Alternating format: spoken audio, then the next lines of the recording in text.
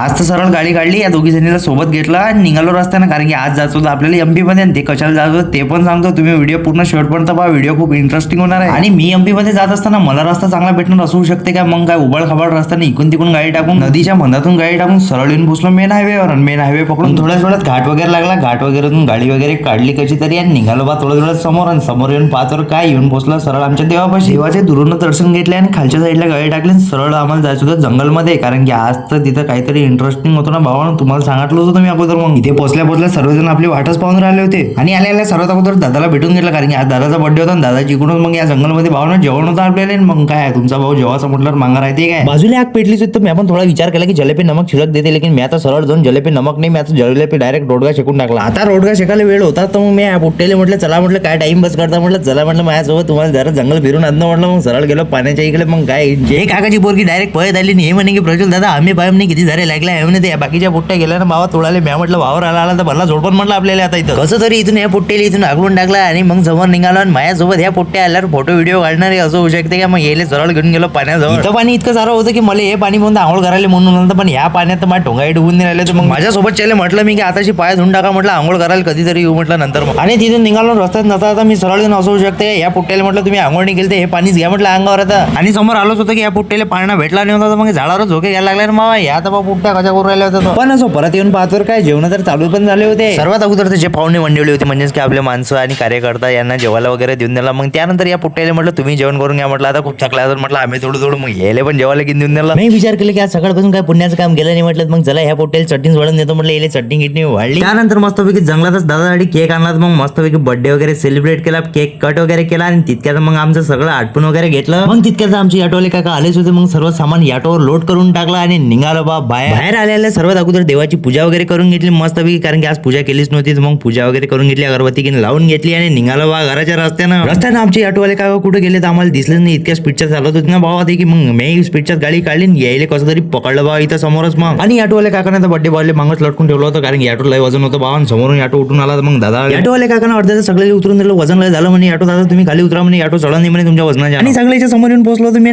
तितक्यात ऑटोवाले काका म्हणजेच की आपले सुधीर काका म्हणते की माझ्या ऑटोचा व्हिडिओ घे म्हणते. भावानं तुम्हालाही ऑटो वगैरे लागला काकाची नक्की संपर्क साधा. आणि सर्वात महत्वाची गोष्ट म्हणजे ऑटोमध्ये एक नंबर क्वालिटीचं साऊंड आहे भावना, जेणे की तुमचं मन खुश होऊन जाते पूर्णपैकी. आणि भावानं सर्वांना ऑटोमध्ये बसवलं आणि आम्ही ऑटोच्या मागं निघालो. मित्रांनो आजसाठी इतकाच, भेटू पुढच्या व्हिडिओमध्ये. भावानं तुम्ही तुमच्या भावाला फॉलो नसेल केलं तर आताच फॉलो करून टाका. धन्यवाद.